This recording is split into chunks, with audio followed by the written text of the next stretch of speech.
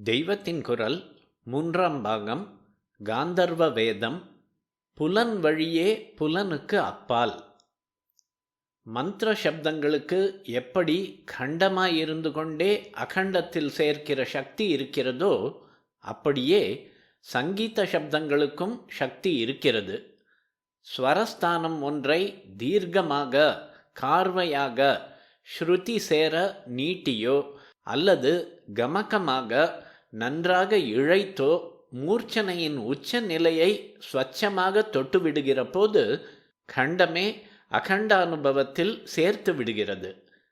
இந்த அகண்டானுபவம்தான் அத்தனை வேதாந்த யோக மந்திர தந்திர சாஸ்திரங்களுக்கும் லட்சியமாயிருப்பது. இதை சாதித்து தரும் ஸ்தானத்தில்தான் ஓசையை ஒலியை நாத பிரம்மம் சப்த பிரம்மம் என்று சாக்ஷாத் பரமாத்மாவாக சொல்வது.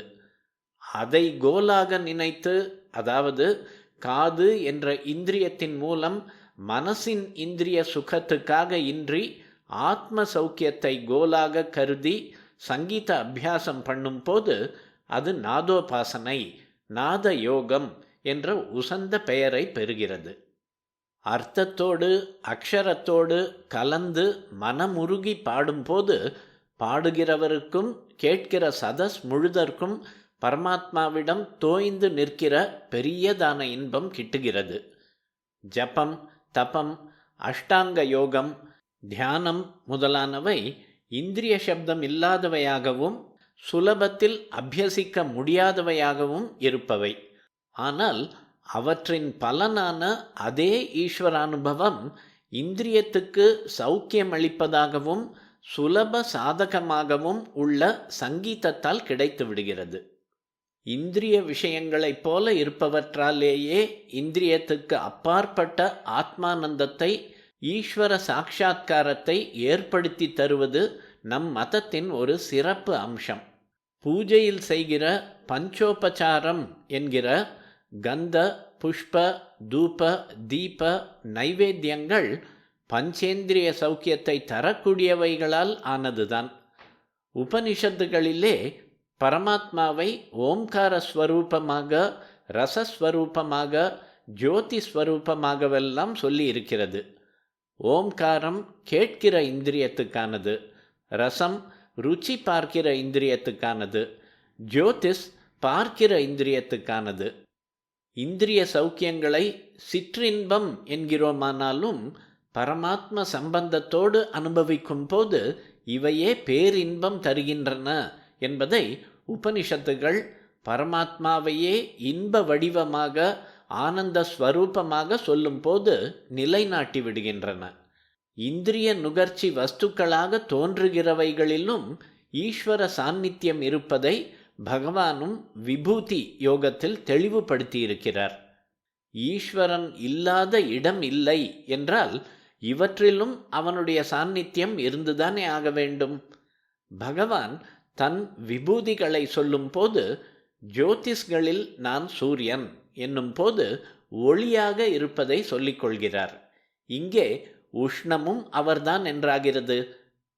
அவரே மாசத்தில் நான் மார்கழி என்கிற போது பனியாகவும் குளிராகவும் இருக்கிறார். தான் ரித்துக்களுக்குள் இயற்கை இன்பம் இந்திரிய சௌக்கியம் முழுவதும் தரும் வசந்தமாக இருப்பதாக சொல்கிறார். இங்கே வசந்தம் என்பதற்கு குசுமாகர என்ற பெயரை பகவான் சொல்கிறார். அதாவது புஷ்பித்து குலுங்க செய்கிற ரித்து என்கிறார்.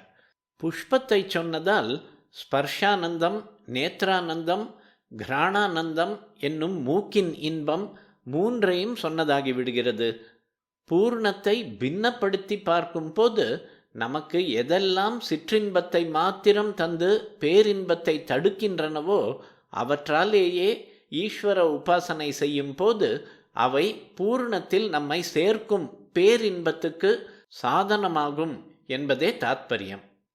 சப்தமே பிரம்மம், ரூபமே பிரம்மம், ரசமே பிரம்மம், கந்தமே பிரம்மம், ஸ்பர்ஷமே பிரம்மம் என்று இப்போதே நம்மால் முழுதும் தெரிந்து கொள்ள முடியாவிட்டாலும் இதை கொஞ்சம் ஞாபகமாவது படுத்தி கொண்டே இருந்தால் ஒரு நாள் பலன் தெரியாமல் போகாது. இவற்றிலே சங்கீதத்தில் மெய்மறந்து போய் துளி துளியாவது சப்த பிரம்ம அனுபவத்தை பெறுவது மற்றதை விட நமக்கே சற்று நன்றாக தெரிவதாய் இருக்கிறது. சங்கீத கலை என்பது கொஞ்சம் கூட கஷ்டமில்லாமல் மோட்சத்தையே வாங்கி கொடுக்கக்கூடியது.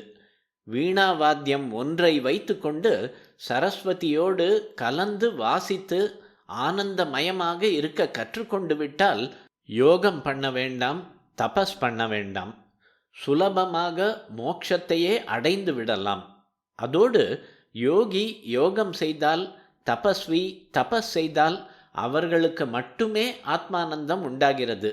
சங்கீதம் ஒன்றில்தான் அதை அபியசிக்கிறவர் மட்டுமின்றி கேட்கிற எல்லோருக்குமே அதே அளவு ஆத்மானந்தம் உண்டாகிறது.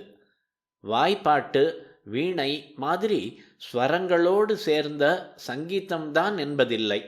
மிருதங்கம், ஜால்ராவில் கூட நல்ல லய சுத்தத்தோடு சுனாதம் கலந்து வந்துவிட்டால் அது தெய்வீக ஆனந்தத்தில் நம்மை செருகி விடுகிறது.